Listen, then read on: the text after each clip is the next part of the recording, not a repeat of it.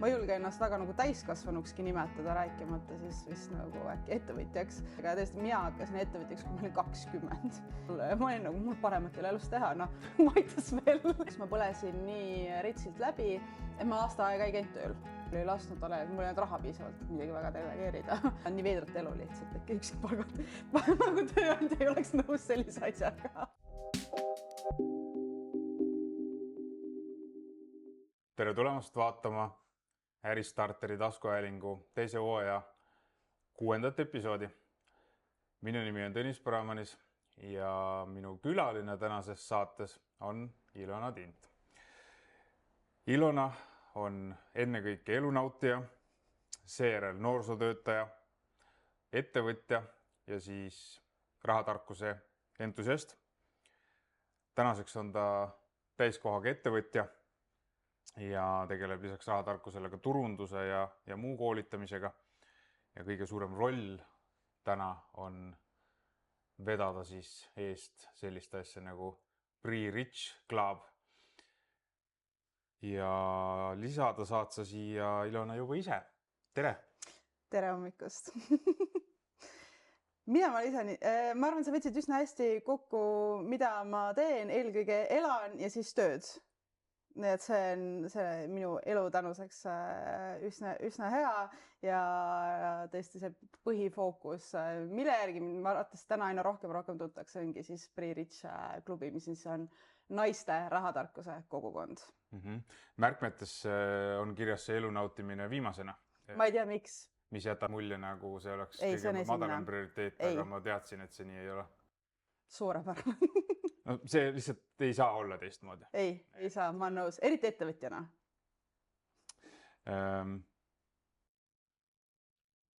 Sinu teekond ettevõtluseni on olnud ilmselt kirju, eks ole. Enne seda, kui me hakkasime salvestama, siis sa mainisid, et 10 aastat sai kevadel täis. Millal see hetk saabus, et sa üldse tundsid, et sa oled ettevõtja või nagu ma täna hommikul LinkedInis postitades kasutasin sõnastust ennast ettevõtjana vastu võtma või ennast ettevõtjana tundma, mõni ütleb, on ju. Et millal see hetk sinu jaoks üldse saabus? Ma ei teagi, kas sellel on nagu päris hetke, et ma ei julge ennast väga nagu täiskasvanukski nimetada, rääkimata siis vist nagu äkki ettevõtjaks. Aga mul on olnud see eelis, et minu vanemad on ettevõtjad, ma olen nagu ettevõtluses veits üles kasvanud, et see ei ole kunagi olnud väga selline kauge asi otseselt, et ma olen nagu hästi harjunud selle mõttega ja tõesti mina hakkasin ettevõtjaks, kui ma olin 20, mis nagu on seotud laps. Mõtlen nagu ma ei tea, kus see nagu haige mõte tuli, on ju, aga selle 10 aasta jooksul nüüd tõesti kuskil arvatavasti nüüd minu selle viimase äriga, ma arvan, et see on see, kus see päris ettevõtlus on nagu sisse tulnud ja kus ma nüüd tunnen, et okei, ma olen nagu tänaseks 4 aastat, ma olen 4 aastat palgatööl siis käinud, sellest 3 aastat oleme siis täiskohaga ettevõtja olnud. Ja ma arvan, et seal ühel hetkel nagu, et kui sa ikka nagu järjest maksad endale igakuiselt palka päriselt ja ei jää nälga ja ei jää pankrotti, siis nagu vist võib ennast ettevõtjaks nimetada. Ma arvan, see äkki kuskil seal tuli kus nagu päriselt uskusen, et nagu okei, oled vist tõesti ettevõtja. Mulle tundub, et siin olgugi, et nagu võib siit tuletada seda, et miks sa üldse hakkasid ettevõtjaks, eks ole, hoolimata sellest, et sa ütlesid, et ei tea, kust see haige mõte tuli, siis tõenäoliselt seal ikkagi mingisugune konkreetsem selline nagu mõte kuskil võiks olla, mille puhul sa saaksid seda jagades nagu öelda või saaksime meie teha selle järeldusele, et see on see, miks sa üldse alustasid ettevõtlusega? Kui ma nagu tagantjärgi vaatan, siis minu siis see esimene ettevõtlus oli koos ühe sõbrannaga, see ei olnud täitsa üksi.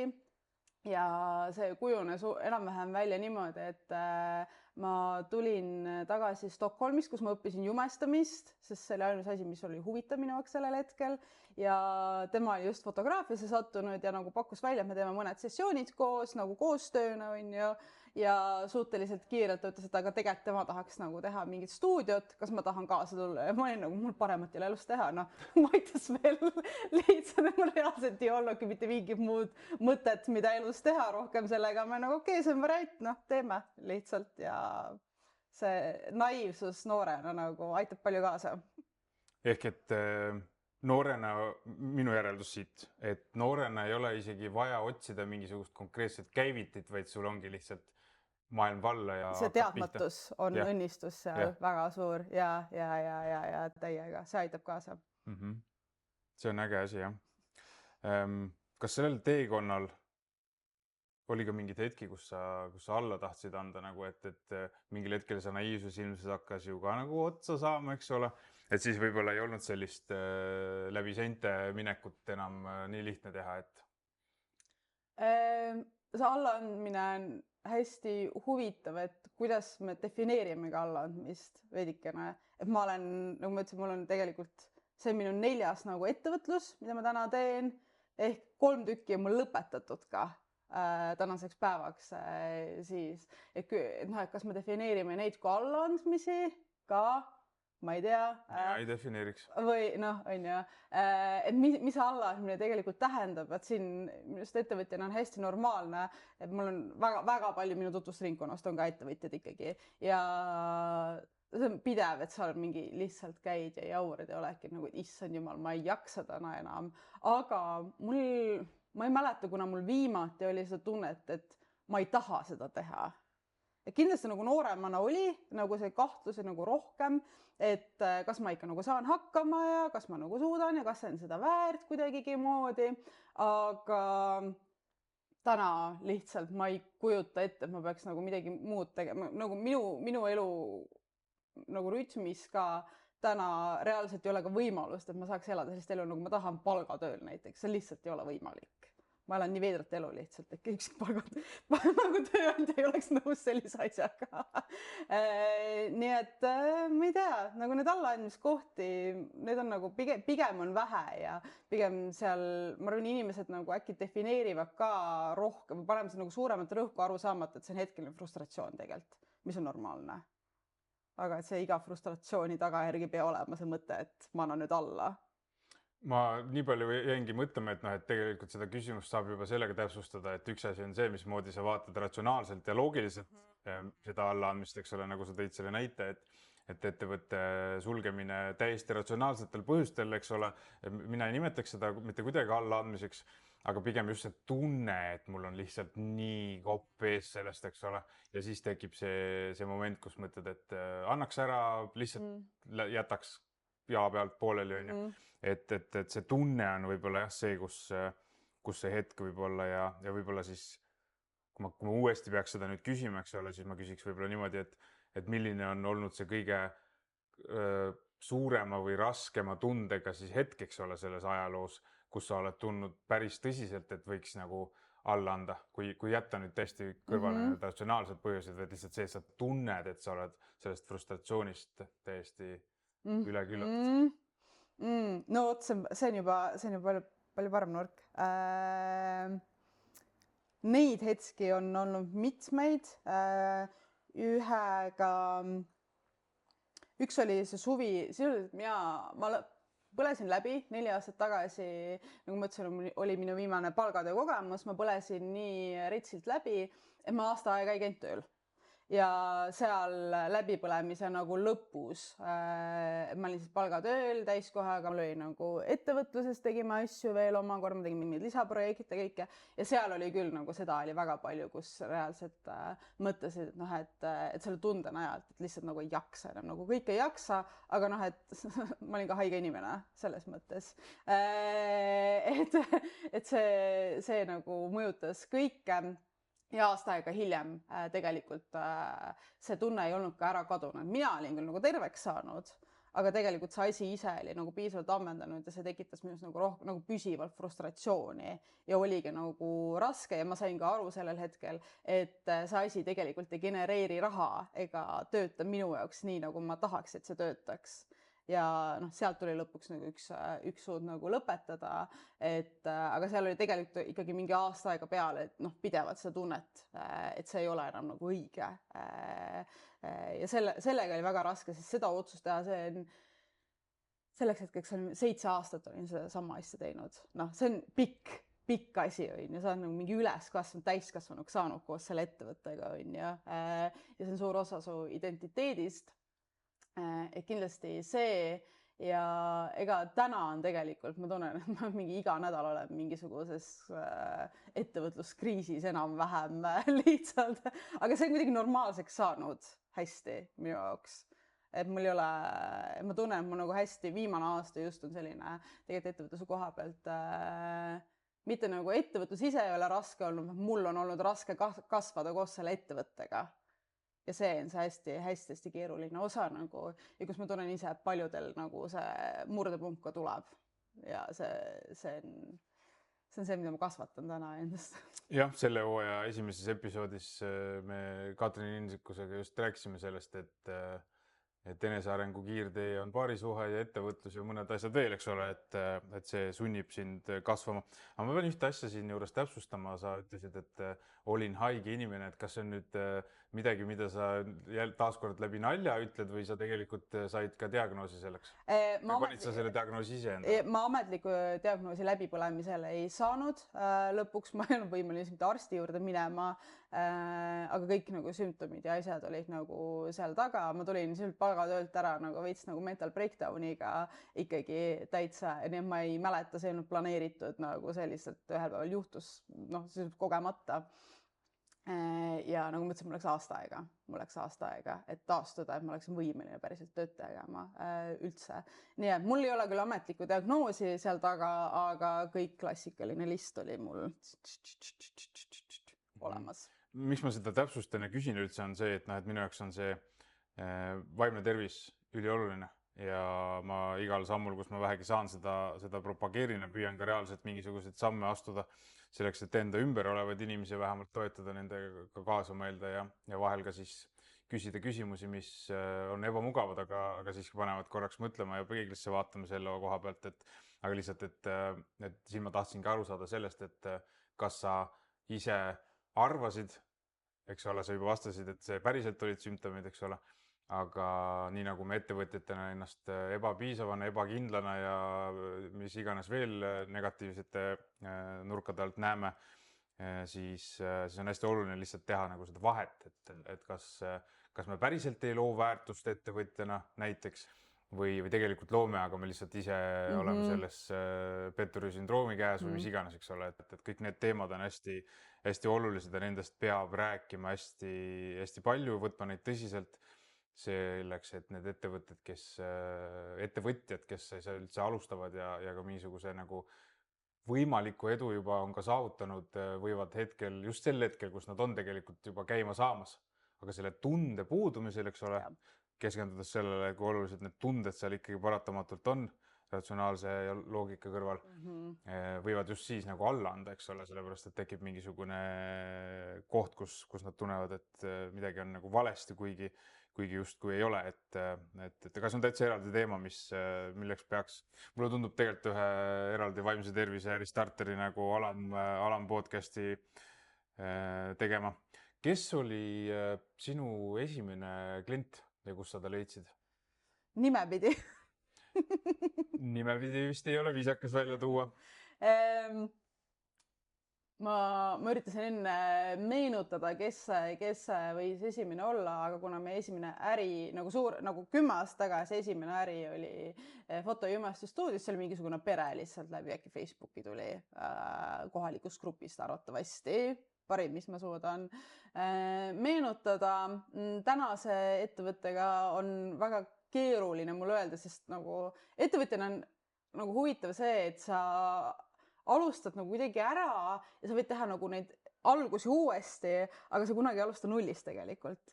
ja inimesed liiguvad kuidagi moodi kaasa sinu kui inimesega tihti, et noh, näiteks ja kui küsida, kes oli Pre-Rich klubi esimene klient, ma ei tea, neid tuli nagu esimesel liitumise päeval no kümneid ja kümneid on ju, no näiteks või siis selles tänases ärimudelis on ju, ma arvan, et ma mäletan, et ma tulin, mul oli see läbipõlemise aasta paus siis nii-öelda, kus ma tööd ei teinud ja kui ma tagasi tööle tulin, ma alustasin sotsiaalmeedia haldurina, siis mul oli, teadsin, mul on vaja nagu igakuist sissetulekut, mingid käputäit häid kliente on ju, kellega olla ja ma panin seal siis, ma jagasin enda Instagramis ja Facebookis vist korra mõlemas, mis ei ole nagu standard, lihtsalt igaks juhuks kõigile ütlen, nagu see ei olnud standard, see oli vist, ma ei tea, hea manifesteerimise oskus lihtsalt, aga ma nagu mõlemas ühe postituse, et ma võtan mingi sotsiaalmeedia kliente, ma elus polnud sellist teenust pakkunudki, on ju,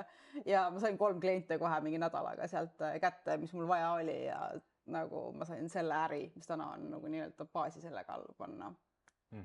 Mitu starti, mitu esimest klienti.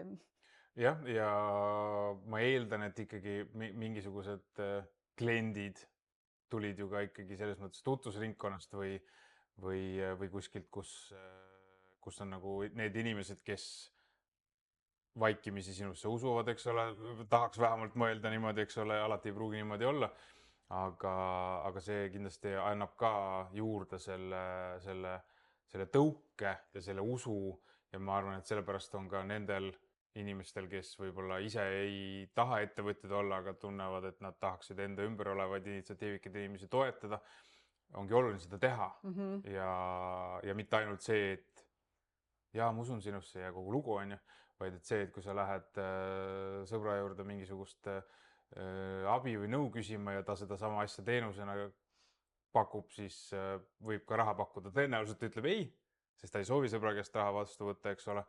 Aga ma isegi võib-olla sunniks teda seda vastu võtma, et ta saaks ka selle kogemuse nagu ikkagi just kehalise kogemuse, et ta on väärt seda ja kui sa talle surud seda peale, seda väärtust mingis mõttes, eks ole, siis ta ei saa sellest nagu mööda vaadata, aga kliendid tulevad huvitavaid teed pidi. Oh jaa, vägagi. Kui mina mõtlen selle peale, et üle 20 aasta tagasi mul ei olnud ettevõtet võimalik kasutada, sellepärast et kunagi see ei olnud nii lihtne, nagu ta täna on. Ja siis selleks, et üldse mingisuguseid teenuseid või tooteid müüa, tuli kasutada kedagi, kellel on ettevõtet, kellel oli see kapital, et seda üldse alustada, eks ole. Et siis sai igasuguseid ägedaid asju tehtud, teenuseid pakutud ja arvuteid müüdud ja nii edasi, et täna arvutite müük tundub nagu nii igav, et ma ei tea üldse, miks sellega peaks tegelema, aga kunagi oli see tohutult põnev ja tohutult tulus ka. Aga kas see mõte jäi siia juurde muidugi jagamata, et toona olles ikkagi ka laps, eks ole, ja veel noorem on ju, siis tulid kliendid näiteks sellest, et hääletasid Tallinnast Tartusse näiteks või kuhugi mujale, keegi võttis peale ja selle sõidu lõpuks oli talle nagu midagi maha müüdud, on ju. Et see oli väga hea kool ja selles mõttes nagu harjutada täiesti suvaliste inimeste peal iseenda müümist ja mingisuguste teenuste võib-olla müümist. See tuleb tegelikult hästi loomulikult, et kui sa lihtsalt räägid inimestega. Aga see ei tule loomulikult paljudele inimestele. Ma tunnen, et täna veel eriti, kes on nagu alustavad ettevõtjad, nad ei kujutagi ette seda, et peaks nagu füüsilises ruumis inimestele midagi müüma. See tundub hästi loomulik, et me teeme kogu turundust ja müüki nagu online'is. Ja hästi raske, mina korraldan üritusi, mul on väga palju üritusi ja väga raske on uusi inimesi saada üldse rääkima enda asjadest, on ja nagu, sest neil on nagu mingi, et mis mõttes, ma võin nagu online'is mingi postitusi toksida, aga see on nagu veits, seal on see sein vahel, et jube raske on inimestele nagu öelda, et mine räägi kellegile nagu, mida sa teed ja miks see nii tore on. Ma tean, mida sa silmas pead, aga ma jään siiski enda veendumuse juurde, et tegelikult see tuleb loomulikult. Lihtsalt seal on sein ees.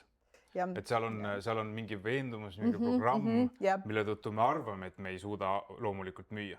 Aga ma olen näinud nii meie veebikooli seltskonnast kui mujalt erinevatest nii-öelda grupeeringutest või mastermindidest, eks ole. Et inimesed, kes esimene kohtumisel võivad täiesti kinni olla ja üldse ei oska midagi müüa, ei julge mingit videot sotsiaalmeediasse endast teha või mida iganes, siis mingi aeg hiljem nad teevad seda kõike ja mina ei saa öelda, et see on midagi, mida õpitakse. Ma arvan, et see on meie sees olemas, vaid see lihtsalt tuleb aktiveerida. Ja selleks on mingisugused tingimused. Väga huvitav. See on väga huvitav nurkus juures. Minul on selline veendumus jah, selles mõttes, et sa ei saa seda mult ära võtta. Ei, ma ei tahagi. Mulle väga meeldib nagu inimeste ajudes sobrades ja aru saada, kuidas keegi mõtleb nagu selles osas, et see on väga huvitav minu jaoks ja tõesti see, et nagu, et kas me treenime või me siis aktiveerime midagi, on ju. See on väga põnev arutelu. Sellest saab veel ühe episoodi. Sellest saab täitsa eraldi episoodi teha, jah. Aga kas olid alguses täitsa üksi, kui sa neid asju tegid või oli sul ikkagi ka lisaks mingitele potentsiaalsetele klientidele keegi, kes aitas sul mingid asju? Seda esimest äri ma juba rääkisin. Nüüd täna seda rahatarkuse valdkonda mõeldes, siis ma olin juba ikkagi tubli ja ma olin hulga targem. Näiteks Pre-Rich klubi ehitamisega launchi hetkest 9 kuud läks aega. Et nagu iselt ideest sai asi välja ja selle aja jooksul oli mul coach, mul oli mentor seal taga, mul mingi mastermind grupp jooksis seal taga, ma kaasasin sisuliselt jälgiprotsessidesse ka nagu toote ehitamisse kaasa. Ma mõtlen, kas ma lasin seal mingid juppe delegeerida ka või? Väga palju ei lasknud ole, mul ei olnud raha piisavalt, et midagi väga delegeerida. Aga see suur osa rahast läkski sinna coaching usse ja sinna. Et seda ma näiteks alustasin juba. Ma teadsin, et eriti veel lühikese ajaga üksi, nagu ma lihtsalt kolistan nii palju ämbreid läbi, et see ei ole nagu mõistlik. Et mul on mõistlik maksta selle eest ja mõistlik kaasata inimesi nagu erinevate nurkade alt, et esimese hooga saada võimalikult hea toode välja ja see oli nagu parim otsus, absoluutselt. See on huvitav jah, kuidas tegelikult mõjutab päris palju ju see, kuidas me neid asju teeme, et mina täna näiteks tunnen, et kui kunagi oli see, et täiesti ükskõik, kas keegi nagu, mida keegi arvab või kas keegi nagu aitab mingeid asju teha, et muidugi sul on vaja nagu partnereid selles mõttes, et mind ei ole näiteks kunagi huvitanud raamatupidamise pool nagu sellega ise tegeleda. Olen kõik raamatupidamise asjad ise teinud siiamaani. Respekt, müts maha selles mõttes, et selle poole mõistmine on kindlasti väga suur tugevus, olgem ausad, on ju. Ma lihtsalt olen saanud ilma nagu hakkama, eks ole. Aga samas ei ole seal midagi keerulist, jällegi see on see koht, kus on võimalik need asjad kõik ise ära teha ja alustajana tõenäoliselt on võimalik ka päris palju nagu kapitali kokku hoida sellega, et sa ei maksa kellelegi nende asjade tegemise eest, et igasugused e-arveldajad ja muud asjad on, mis aitavad isegi tarkvara litsentside ostmist vältida. Kindlasti sa kuulajana võib-olla nagu mõtled, et millal te nagu jõuate selleni nagu, et mida see Ilona siis täna teeb või get to the point on ju, aga me kerime selles mõttes nagu põnevust, et kõigepealt räägime ikkagi selle teekonna ära, mis on sinna viinud, et üldse seda asja teha ja siis saab sinna juurde ka rääkida sellest, mida siis Ilona täpselt täna teeb ja mis väärtust ta vähemalt enda arvates loob. Aga enne seda on veel mõned küsimused jäänud, et võtame nüüd selle sama Pre-Rich klubi või klubi nagu fookuse uuesti, et kas turul oli seda alustades palju sarnaseid nagu tegijaid, kes tahtsid siis harida inimesi rahatarkuse osas või inimeste asemel täpsemalt öelda siis naisinimesi? Naisinimesi. Ja oleneb, kui kitsaks seal minna selle tootega, on ju, et see rahatarkuse mull nüüd juba vaikselt nagu vajub tagasi arvatavasti mingisugusele punktile ära, on ju. Selleks hetkeks, kui me lanseerisime Pre-Rich klubi, mis oli nüüd 1,5 aastat tagasi, oli veits see hype oli veits rohkem suurem üleval ka, rohkem inimesi tegi, rohkem inimesi rääkis rahatarkuses üldiselt. Meil on Eestis mingisuguseid kommuune ja kogukondi ju. Enamus on küll investeerimiskallakuga pigem või siis ettevõtluskallakuga rohkem ja sealt veel mingid edasi on ju. aga sellist ainult naistele suunatud kogukonna formaati ei olnud, siis siiamaani tegelikult selliselt ei ole ka niimoodi. Eriti veel see, kuidas meie seda teeme. Okei. Kõlab põnevalt. Kuidas sa oled neid, sa kasutad sõna toode, eks ole, et kuidas sa seda toodet või tooteid oled hinnastama õppinud, kuidas see nagu on kujunenud? Siin tuleb nagu aru saada minu puhul, et see valdkond, kus mina olen, on selline kombinatsioon asjades, kus ühiskondlik nagu mõõde on sees sellest, et ma tahan ühiskonda tagasi anda. Mul on väga kindlad väärtused seal taga, mis nagu peegelduvad hinnas lõpuks on ju. Ehk siis see toode peab olema kättesaadav päriselt, et inimesed saaksid sellest kasu. Ma ei taha, et see oleks mingisugusele kitsale grupile, mis neid kääre suurendab minu rikaste ja vaeste vahel. Ehk siis minul on juba näiteks hinnapiirid, mitte sellepärast, et ma kardan kallist hinna küsida, vaid sellepärast, et ühiskondlikult see käiks minu väärtuste vastu lihtsalt. Et ma pean sisuliselt tegema siis toote, mis on piisavalt kättesaadav neile, kellel seda tegelikult päriselt vaja on. Et inimene, kes on nagu finantsiliselt väga heas kohas, talle on see kogukond nagu boonus. Aga inimene, kes on nagu finantsiliselt kehvas kohas, talle oleks see tegelikult nagu vajadus. Ja kui me tõstame hinna üles, siis me võtame talt selle võimaluse täiesti ära. Ehk siis minu jaoks nagu selles valdkonnas hinnastamine ja eriti veel selle eraisikule nagu kogukond on, tuleb sealt tegelikult väärtuste kombinatsioonist lõpuks, et mis on see optimaalne selline nagu miinimum, millega ma opereerida saan ja mis on see lagi ja sinna vahele ma pean enam-vähem jääma, ja see lagi tulebki puhtalt sellest, et kas see on kättesaadav suurele enamusele mõistlikult. Ja mulle väga see mõte, see lähenemine meeldib sellepärast, et ühest küljest saab seda rääkida selle nurga alt, et kui müüd odavalt, saad massi pealt teenida, eks ole, aga minu arust veel olulisem on see, et sa võimalikult paljude inimesteni jõuad selle oma missiooniga, selle oma teadmisega, mida sa tahad jagada. Et see on tegelikult ju palju olulisem kui see, kas see hind on siis nagu, ma ei tea, ideaalne ärilises mõttes. Et ma arvan, et see väärtusloome pealt tulev nagu kasu tuleb niikuinii, kui sa teed seda lihtsalt nii kirglikult ja päriselt jõuadki paljude inimesteni, muudad selle nii kättesaadavaks, et nad saaksid sellest lihtsalt niivõrd palju kasu, et põhimõtteliselt müüvad sinu eest. Ja seda nad teevadki. Just. Tahtsin küsida su käest, et kuidas eesti keeles võiks olla monetiseerimise nagu korrektne sõna, et see monetiseerima minu arust, ma ei tea, kas on eesti keelde toodud, aga ma olen nagu native estonglish speaker. Ma olen väga halb ingliskeelsete väljendite nagu eesti keelde panemiseni. Täitsa võimalik, et see monetiseerima on ka sõna veebis. Võimalik.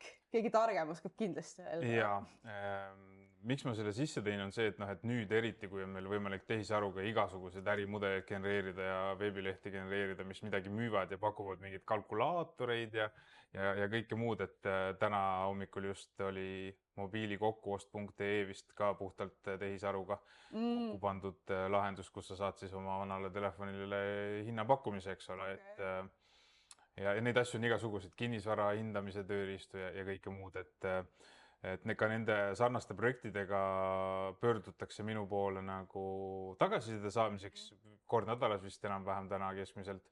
Ja seal on ka see küsimus, et kuidas seda siis nagu monetiseerida. Iseenesest on tore, et paljud neist isegi ei ole selle peale mõelnud, tahavad oma prototüüpi vajadust valideerida, et kas turg seda üldse nagu päriselt vajab, on ju. Ja siis, kui sa esitad selle küsimuse, et milline see rahastus või ärimudel seal taga on, et siis nad nagu kõigepealt vaatavad, et mida? Asi on ju äge nagu. Asi on äge, et polegi vaja, eks ole, aga ma olen ka öelnud, et kui on seda tagasisidet või põrgatatud tagasi, et ma kõigepealt tahan, et see looks niivõrd palju väärtust, et isegi kui see on minu vaatest ettevõtjana tasuta, et siis see on lihtsalt nii vajalik, et põhimõtteliselt võiks ka annetuste najal tugineda või mida iganes, et üks sõber mul teeb sellist nagu laste teaduslahendust, kus ta saab teadust populariseerida, eks ole, et tema tõenäoliselt läheb seda teed, et ta isegi mitte kasutajate käest ei võta raha, vaid hoopis partnerite, sponsorite, kelle iganes käest. kellega koos siis saaks seda asja üles nagu ehitada, et noh, et need mudeleid, kuidas neid asju nagu teha, on tegelikult ju erinevaid, et selles mõttes see on hästi põnev. Mis on sinu suurim väljakutse täna? See, mis ma enne ütlesin, et nagu ise järgi kasvada veidikene sellele ettevõttele, mul ei ole nagu selles mõttes üldse mahuliselt suur ettevõte. Ma töötan üksi, ma töötan väga vähe, nagu tõesti, ma töötan heal juhul poole kohaga nagu töötundide arvust ja väga strateegiliselt, aga mul on inimesena raske nagu selle kasvuga ikkagi jõuda järgi mingites asjades, eriti kuna see läbipõlemise hirm on tohutult suur, ikka all. See veits nagu hoiab mingites asjades tagasi ja nõuab ka seda teadlikkust ja energiat omakorda sinna. Ja see harjutamine ise mitte ainult selleks, et milleks sa oled nagu võimeline, rahade teemat tuleb mängu, need rahalised riskid lähevad iga kord nagu suuremaks ja sellega harjumine on hästi raske, et võttagi nagu aina suuremaid rahalisi riske päriselt, et see ei ole lihtsalt niimoodi, et sa oled, okei, nagu eelmine kord oli nagu nii suur summa, nüüd on 2 korda suurem, on ju mingisugune projekt või asi ja noh, et lähme ei, see on nagu mingi ikka nagu, see on vaja nagu töötada läbi seda ja mõelda ja sellega tekivad järgmised hirmud ja see nõuab seda tööd ja strateegiat iga kord, et see kasv ja areng on nüüd hästi kiire. Mul on nagu igaks projektiks vaja midagi uut, mingit uut strateegiat, mingit uut nurka, sest ma tahan nagu rohkem ja nagu suuremalt, on ju, ja vana genereerib vana tulemusi, on ju. Ja see on lihtsalt metsikult väsitav kogu aeg genereerida ja üksi nagu neid asju ka ära teha.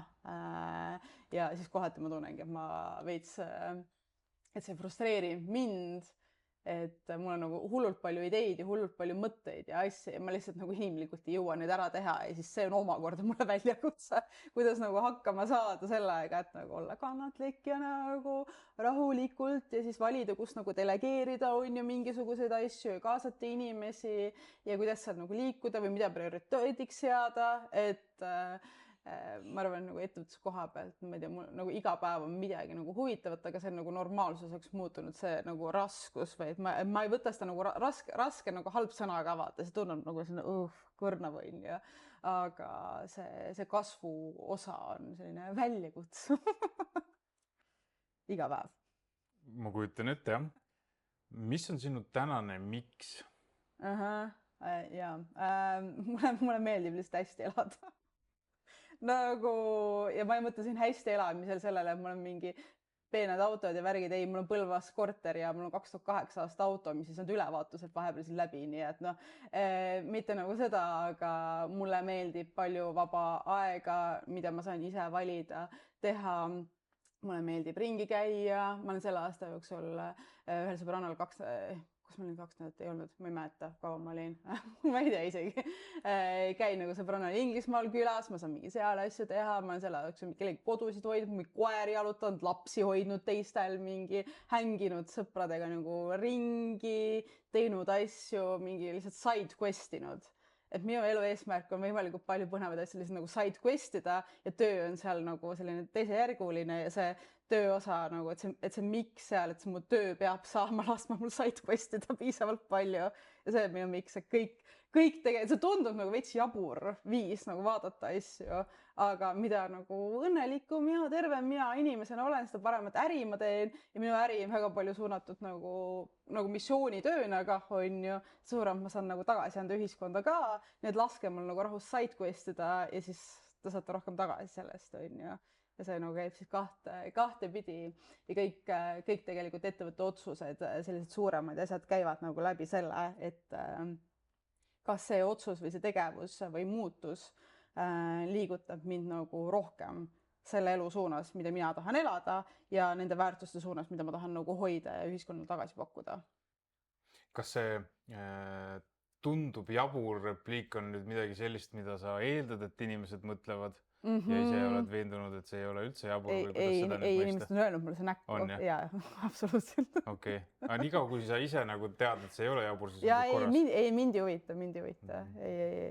See mind huvitaski, et seal ei oleks nagu seda varjatud jälle hinnangut endale vaata. Ei, mul ei ole, mul päriselt ei ole nagu tänaseks päevaks nagu enda osas üldse mitte. Ma tunnen, et ma olen nagu nii ennast ära kasvatanud ja treeninud sellest, et nagu, et vahepeal on tunne, et äkki nagu peaks olema rohkem kriitikat enda osas ka nagu, et äkki see ka aitaks, aga ma lihtsalt panen suhteliselt tuimalt, et mingeid asju nagu läbi tehes sa nagu kasvatad, eriti veel sotsmeedias ja trigerdavaid asju tehes, siis sa teed teatud kooli läbi ja treenid ennast selle teiste arvamusega ära. Enesekriitika asemel on palju kasulikum selline asi nagu enesekaastunne. Jaa, ei ole väga levinud termin, enamus inimesi pole seda kuulnud, aga see on palju kasulikum kui enesekriitika. Ja see ei tähenda seda, et enda suhtes ei võiks nagu ratsionaalselt ja nagu mõõdukalt, mõistlikult siis iseendale anda tagasisidet, aga see ei saa olla nagu selline, millega sa ennast lõhud. Kas sa soovitad teistel inimestel ka ettevõtlusega alustada? Kes on need teised inimesed? No tõenäoliselt hetkel võib-olla need inimesed, kes meid kuulevad, vaatavad, Ettevõtlus on minu arvates selline asi, et absoluutselt kõigile ma seda ei soovita nagu suure suuga, sest ettevõtlus ei ole kõigile, kindlasti mitte. Et seda ei tohiks nagu võtta, et või no ma olen aastaga ise hästi palju kuulnud mingitelt tuttavatelt ja sõprusringkondadelt ja kust iganes veel, et inimesed tahaks ka olla ettevõtja. Mul on nagu mingi sellise nagu formaat ja seal on ka nagu omakorda veel 100 formaati, kuidas sa saad ettevõtja olla, nagu mida sa mõtled siin all. Kas sulle lihtsalt meeldib see sõna, et su nime taga on see sõna ettevõtja või sul on päriselt midagi, mida sa tahad teha ja see mahub sinna ettevõtluse formaati kõige paremini. See on see, kuidas mina seda vaatan ja olenebki nagu ettevõtte täpselt nii, nagu neid formaate on väga-väga erinevaid ja kui sa leiad endale seal selle formaadi, mis täidab sinu nagu eesmärki elus laiemalt ka, et laseb sul elada seda elu, mida sa tahad elada ja sa oled valmis näiteks riskideks ja pingeks seal taga, siis nagu jaa, absoluutselt. Aga ma väga ei sugarcoat'i nagu seda, et see on nagu lilled ja tore ja ilus ja nunnu ja absoluutselt. Mina ei kujuta muud moodi elu ette. Mina olen valmis näiteks riskideks ja nagu selleks pingeks, sest ma tean, mis ma sealt vastu saan ja elan seda elu nagu kohe, et ma saan seda kogeda ka samaaegselt juba, et ma tean, miks on seda väärt. Aga ma näen ka väga palju inimesi, kes on ettevõtjad, kellel tegelikult elu oleks palju ilusam ja sujuvam ja mõnusam, kui nad oleksid palgatööl tegelikult. Ma olen laias laastus sinuga nõus.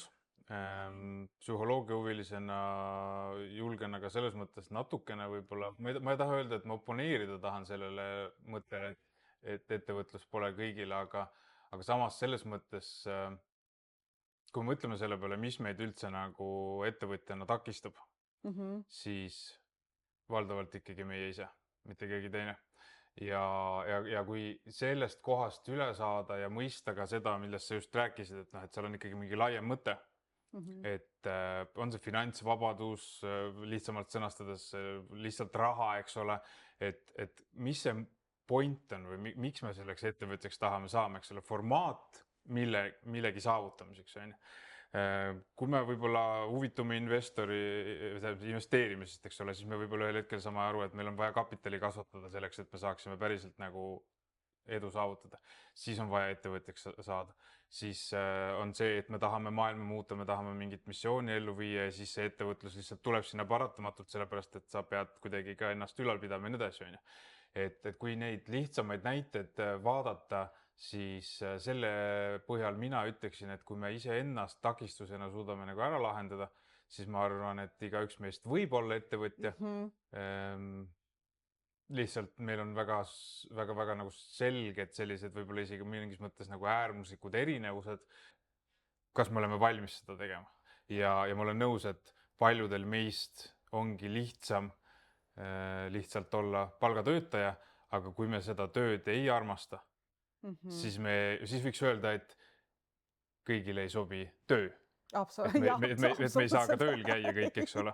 Ei. Et noh, selles mõttes see minu jaoks on natuke liiga lihtne sõnastus, et ei, see no ja ma olen nõus ja ma olengi sinuga nagu selles mõttes nõus, et see on väga meie endas nagu kinni ja mida ma ise näen ja täpselt nagu tutvusringkonnalt, et seesamane see enda kasv, mitte need teadmised ja mitte need oskused on ju, vaid seesamane enda kasv ja see on see takistus lõpuks, et inimesed ei ole valmis võtma seda vastutus iseenda nagu kasvu osas on ju, nad ei ole valmis päriselt otsa vaatama mingitele väga nagu valusatele keerulistele asjadele või mingitele baasvajadustele on ju, nagu lahendama neid asju, et seal on nagu hulga rohkem sees seda enesearengut, kui inimesed tahavad nagu öelda ja nagu tunnistada on ju, et ma olen nõus ja teoreetiliselt nagu põhimõtteliselt inimesed saaksid olla kõik nagu ettevõtjad, kui nad nagu tahaksid, aga ma arvan, lihtsalt inimesed ei ole valmis nagu nii suureks enesetööks.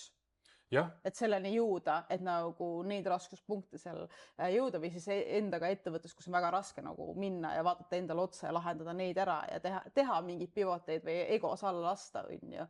Need on need kohad, kus see käärid tekib. Ja ma ütleksin, et samad kohad on meil paarisuhetes, lapsevanemluses. Samad teemad. Ja kui me üritame veel kõiki neid asju korraga ka teha, siis ressurss saab ju ka otsa, eks ole. Et selles mõttes ma ikkagi aeg-ajalt olen seda öelnud, et ka, et noorena alustades on sul lihtsalt ressurssi, lisaks selle naiivsusele on sul seda ressurssi läbi seinte joosta on rohkem, mis annab sulle teatava eelise ja siis, kui sa alustad võib-olla seal, ma ei tea, 40 pluss näiteks, kus paljud ettevõtjad alles alustavad ja ka erinevad ettevõtluskogukonnad on ka mulle seda signaali andnud, et 40-selt need edukad inimesed ongi alles 40-selt alustanud ja 50-selt nad on saavutanud edu, mida need pika headstardiga inimesed ei ole võib-olla jätkuvalt saavutanud, eks ole. Et selles mõttes seal ei ole nagu mingisugust sellist nagu kuldreeglit, mille alusel saaks nagu toimetada. Aga see, et kas me oleme valmis üldse ennast ületama, et see on tegelikult see küsimus. Just, täpselt. Me jõudsime õige kohani selle tuumani. Ma arvan, et need, kes täna nagu vaatavad ka seda, on just, neil on nagu see nagu juba see suure meeldus olemas, see juba nagu valmisolek on ju endale otsa vaadata tegelikult. Et seal ei tohiks nagu karta seda, aga pigem jah, et see formaat ja kuidas sa selle ettevõtte nagu, mina näen kõike legodena elus, kuidas selle ettevõtte lego nagu kokku paned on ju enda jaoks, et see täidaks sinu neid asju, et see on nagu hulga tähtsam veel, kui see, et sul on see ettevõtja silt ja nagu kuidas teised teevad.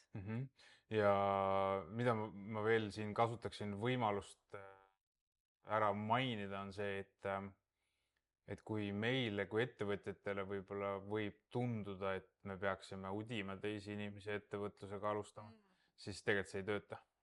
Et ma olen siin enda lähedastele inimestele püüdnud nagu selgitada, miks oleks vaja näiteks tehisaruga programmeerimist võib-olla katsetada, õppida natukene mingisuguseid asju selleks, et oma töövooga optimeerida, eks ole. Ma tegelikult tahtsin ka enne küsida, et kui palju sellest poolest koormusest on sul ka võib-olla automatiseeritud, eks ole, aga las see praegu jääda, et inimesed jõuavad ise selle otsuseni, et nad hakkavad midagi tegema, et see ongi see minu arust see koht, kus tuleb need kaks asja kokku panna, et ta ise on valmis ja surveta saab selleks valmis.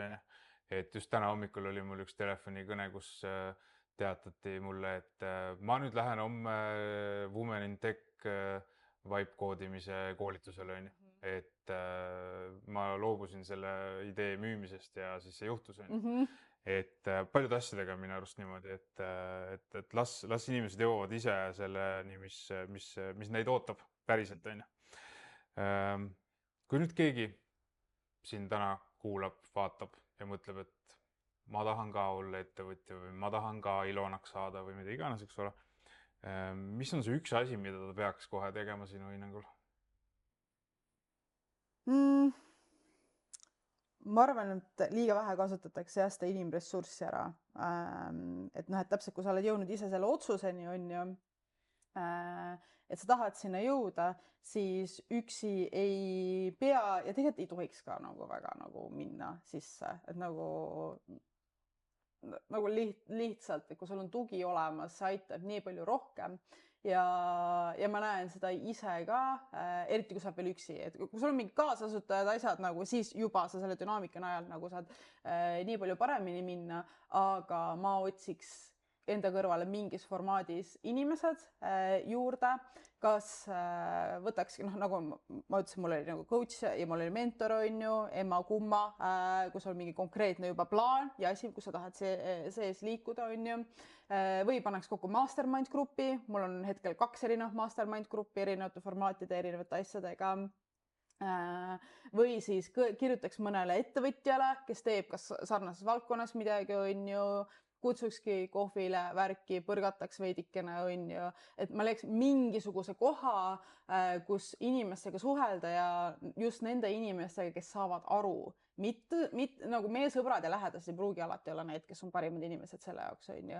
ja need võivad väga kiirelt oma nagu murega lihtsalt sellega, aga kuidas sa ikka ja kas sa ikka oled mõelnud ja no ma ei tea ja kes see ikka maksab sellise asja eest, noh, et neid kommentaare tuleb üsna palju, üsna kiirelt, on ju, et minna ja otsida endale lihtsalt esimesel võimalusel mingis formaadis inimesed juurde, kes mõistavad ja toetavad ja see nagu hoiab esiteks seda järjepidevust, et veits sellist nagu vastutuspartnerlus seal, et sa ei vaju väga ära, keegi, kes nagu toetab, kes on valmis nagu kaasa mõtlema, on ju, kohal olema, kellel on ressursid, kontaktid, on ju, kes saab suunata äkki sind kokku viia inimestega, et see on selline lihtsalt nagu kasvuvõimalus, mida inimesed jätavad kasutamata. Nad lihtsalt üritavad üksi pusida, sest ma ei tea, nagu jumalast kuskil antakse medalit, et noh, et tema sai üksi hakkama, ma pole veel kohanud seda medalit, on ju.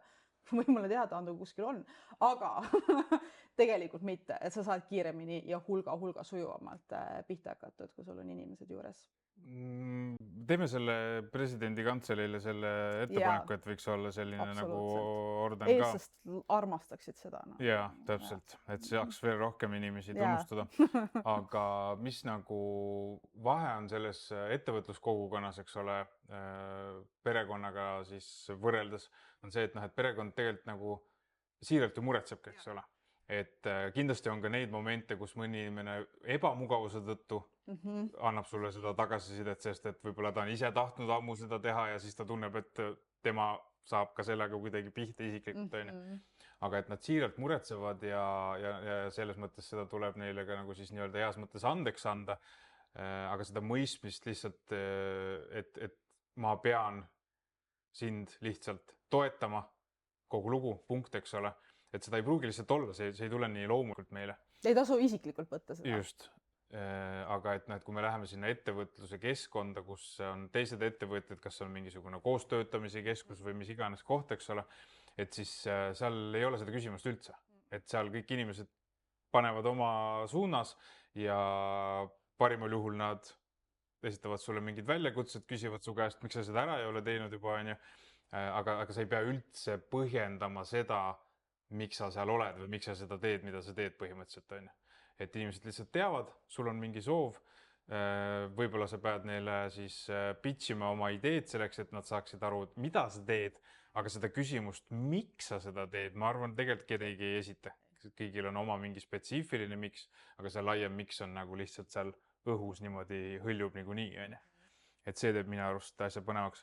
Aga räägime siia nüüd enne, kui me hakkame seda asja kokku võtma siin täna, siis mis asi see Pre-Rich Club naistele nüüd on, et kui ma seda sõna lugesin, siis see minu jaoks kõlas nagu rasedate emade nagu klubi, et enne kui me sünnitame, siis me saame veel koos nagu midagi teha, et mida see tähendab? Nii, sa oled esimene inimene, kes sellist asja ütleb mulle. Lihtsalt see sõna pre. Pre või? Jaa, see nagu ajas mind segadusse. Okei. Ma võin öelda see ka eelrikaste klubi. Jah. Et enne sünnitamist naiste klubi, eks ole, ja ma ei mõtle sellega midagi halba, lihtsalt ma alguses ei saanud nagu aru, mida see tähendab, lihtsalt ja siis see tekkis see paralleel, et ma väga austan naisi, siin ei ole üldse küsimust, aga lihtsalt see, et tõenäoliselt enamus klubisid on ikkagi nagu maailmas rikaste naiste klubid, isegi kui need naised veel ei ole rikkad, on ju.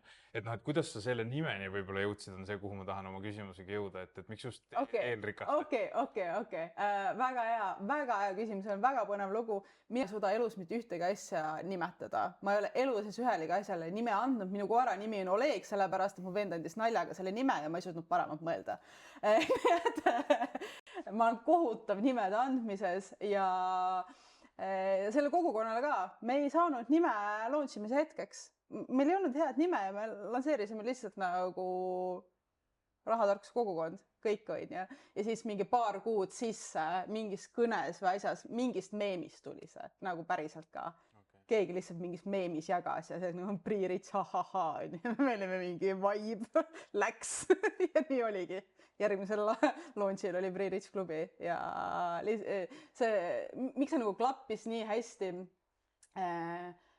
Mul oli esimese liitumisega, mul tuli 66 naist tuli tegelikult kogukonda, mis on üsna suur arv. Ja meil see filter oli nagu niivõrd hea, ma kiidan ennast siin, minu see filter nagu turunduses ja lehel oli lihtsalt nagu nii tugev, et see kogukond oli kohe algusest pihta kogukond ja väga nagu see vibe seal nagu klikkis üli hästi. Ja meil on seda nagu sellist huumorit ja nagu veits sellist mingit luulut on seal nagu piisavalt palju sees, et me ei ole nagu tõsine raha kogukond, vaid meie nagu see mitteametlik slogan on raha, surm ja seks ja nagu seal ongi kõike. Ma ei või siin isegi detailidest minna, mis seal toimub vahepeal, et see Pre-Rich lihtsalt nagu, et eelrikas, et ahaa, sa ei ole vaene, sa oled lihtsalt eelrikas, on ju. See on tegelikult see point seal. Ega see mõtteviis, et me ei mõtte keegi, et me oleme vaesed. Me oleme lihtsalt nagu sammu kaugusel rikkusest. Aga sellest mõtteviisist ju selles mõttes kõik pihta hakkabki, et kui me investoritena endale mitte midagi ei luba, sellepärast, et me peame kiirnuudlite pealt alles jääva raha kõik paneme investeerimisse, siis seda mindseti või seda mõtteviisi ei tegigi, et me üldse saaksime sellest välja ja see saab meile takistuseks. Just. Nii nagu Peeter Koppel armastab öelda, et tal tegelikult ei ole raha liiga palju, aga ta saab öelda, et kuidas ta ütles, et jõukas keskklass või sellist ütleb, et noh, et ta saab elada niimoodi, et ta tunneb ennast vabalt, aga jällegi me ei pea ennast võrdlema ei temaga ega kellegi teisega. Meil peab lihtsalt endal olema see tunne, et me saame elu nautida, mida iganes see täpselt tähendab, eks ole. Kellegi jaoks on selle jaoks vaja 5-kohalist summat igakuiselt. Kellegi jaoks on vaja seda 4-kohalise summa võib-olla alumist otsa täiesti vabalt, on lihtsalt nii ära suutnud oma elu optimeeridaks. Et see on hästi suhteline, aga see mõtteviis iseenesest jah, et ma ei ole vaene, sest noh, kust me tuleme tegelikult, on ju.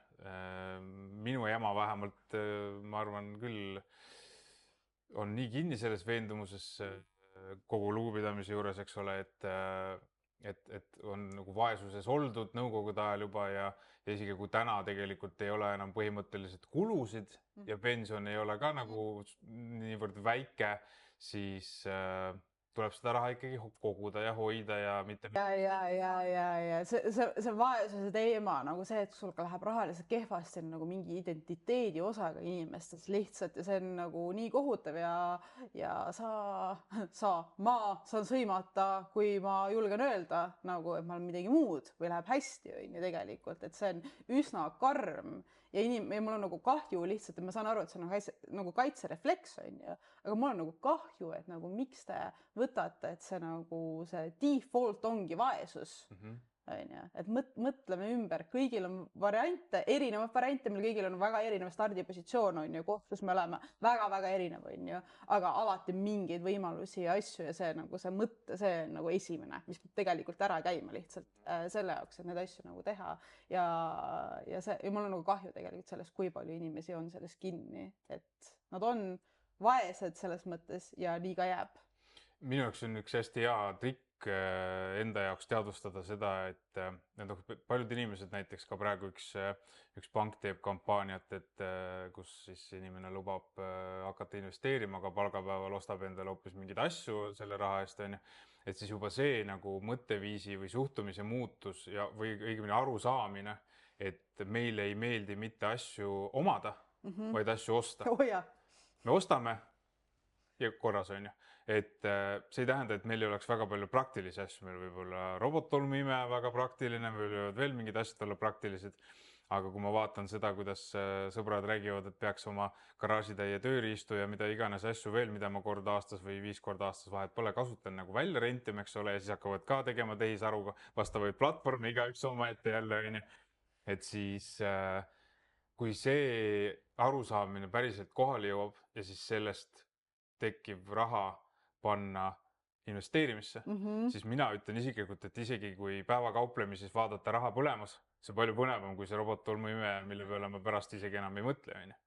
Et selles mõttes see on mõtteviisi küsimus jah, et kui ma ikkagi tahan midagi saavutada, siis tuleb selleks teha midagi kõigepealt teistmoodi ja oodates seda nagu teistsugust tulemust samamoodi asju tehes, me teame, kuhu see viib, mitte kuhugi. Et siis ma arvan, et see väga palju toetab neid naisi, kes sinuga koos õpivad, et me ei ole vaesed, me ei ole rikkad, aga me ei mõtle nagu kogu aeg puudusest, vaid otsime võimalusi oma elu siis teha nii teadmiste poolest jõukamaks kui ka siis vahendite poolest jõukamaks, et me saaksime elada sellist elu, kus me käime võõraid lapsi, sa küll ei öelnud võõrad, eks ole, aga mina ütlen, et võõraid lapsi hoidmas näiteks, et on erinevad võimalusi. Aga ma palusin enne salvestama hakkamist sul ühe raamatu valida, mida me saaksime siis kuulajate vahel välja loosida ja sa valisid sellise raamatu nagu Rahapsühholoogia. Ma ei tea, kas see on eesti keeles on olemas jah. Et siis meie... Leidnud seda riiulist. Ja seda ei pruugi ka siin olla, et see võib olla otsas, võib olla mõnes teises Rahvaraamatu esinduses, et lihtsalt kui me siin salvestame seda Telliskivi literaadis Rahvaraamatu poes, kaldkriips, restoranis, veinisaalis, et me ei saa raamatutest mööda vaadata, eks ole. Et me oleme nende keskel ja me peame seda lugemise oskust ka propageerima ja seetõttu me selle raamatu tahame välja jagada. Tahad sa mõne sõnaga, ühe lausega öelda, miks just see raamat? Ma siin sirvisin neid raamatuid ja üritasin leida nagu mingid ülihead raamatud, nagu lihtsalt mingi ettevõtlusraamatud ka, aga mis mul endal on nagu väga nagu kinni jäänud, aga mul on hästi veidra raamatud muidu ettevõtlusest lihtsalt. Aga rahapsühholoogia, miks lõpuks selle valisin lihtsalt, sest see räägib sellest samast asjast, millest me täna oleme korduvalt rääginud, mõtteviisid ja see eneseareng tegelikult on ju. Et nagu raha nii eraisikuna kui ettevõtjana, see on väga suur osa meie elust, aga nagu see baas on lihtsalt nagu teeni raha ja kuluta vähem, on ju. Et see ei ole väga suur teadus tegelikult seal taga. See teadus on see psühholoogia osa seal. Just, mida me teeme raha, kuidas me näeme raha, täpselt nii, kuidas me näeme ennast rahas, kas me usume nagu enda võimalustesse ja kõike seda ja kus need mingisugused nagu lõksud just raha osas võivad olla, mis on märkamatud, on ju, mis võivadki meid ennast nagu nii-öelda tagasi hoida, takistada lihtsalt, et kas siis olla lihtsalt ise rahaliselt edukas või siis ka edukas nagu ettevõtja rahaliselt, on ju. Et ma arvan, et see rahapsühholoogia on selline raha asjade selles mõttes nagu piibel veidikene, et raske on asju hästi teha ilma, et sa mõistaksid seda enda aju seal taga tegelikult ja käitumist. Mul oli esmaspäeval spordiklubis vestlus ühe 58-aastase endise eriväelasega, kellega me jäime rääkima erinevatel teemadel ja lõpuks jõudsime siis selleni, kuidas tema oma eestlannast abikaasaga on siis palju kinnisvara Eestis omandanud ja nii edasi. Ja siis tema suust käis läbi selline lause, et kui sa ei suuda seda kinnisvara ilma panka kaasamata soetada, siis sa ei saa seda endale lubada. You cannot afford it, on ju. Mis sa sellisest repliigist arvad, ma kasutan võimalust küsida? Nagu matemaatiliselt pole see korrektne, aga okei. Et selles mõttes meil ikkagi ju, ma arvan, enamus inimestel, eks ole, on ju panga toel soetatud kinnisvara ja ka panga toel võib-olla mitu objekti soetatud ja autod ja nii edasi. Et millega ma osaliselt võib-olla seal selles mõttes nõus olen, et mida ma olen ka ise nii märganud kui kuulnud, et need väga kallid ja uhked autod kuuluvad ju ka pangale, eks ole. Aga samal ajal need inimesed siis käivad väidetavalt toiduabis ja muudes asjades, eks ole, et see on sellega ma olen nõus, et see on üle võimete elada. Ja see ongi, seal on ju vahe, on ju, kas me räägime nagu investeerimiskinnisvarast või me räägime nagu mingist isiklikust ületarbimisest, nagu need ongi laenul ja laenul on vahe, on ju, aga kes nagu noh, et nagu ma ütlesin, matemaatiliselt on ju nagu kinnisvarast midagi teenida nagu lihtsalt oma raha sisse pannes kohe on nagu üsna raske lihtsalt. No, et see on äri, mis ja investeering, mis on üles ehitatud laenuraha peale, on ju, et noh, et eks seal on mingi nagu tõde nagu selle koha peal, et kas sa oled ka selleks riskiks valmis tegelikult, ma arvan, et noh, et kui sa peaksid oma raha sinna kõik päris alla panema, et kui hästi sa magaksid siis, on ju, ja noh, et seal on see võimalus alati seda kaotada. Noh, et kas sa oled selleks riskiks valmis, on pigem see minu nagu, mida ma võtaks kaasa, mitte lihtsalt see, kui sa nagu välja ei saa osta ära, siis kinnisvara osta, noh, siis ei oleks, keegi ei ostaks väga kinnisvara meil, välja arvatud need 10 inimest siin.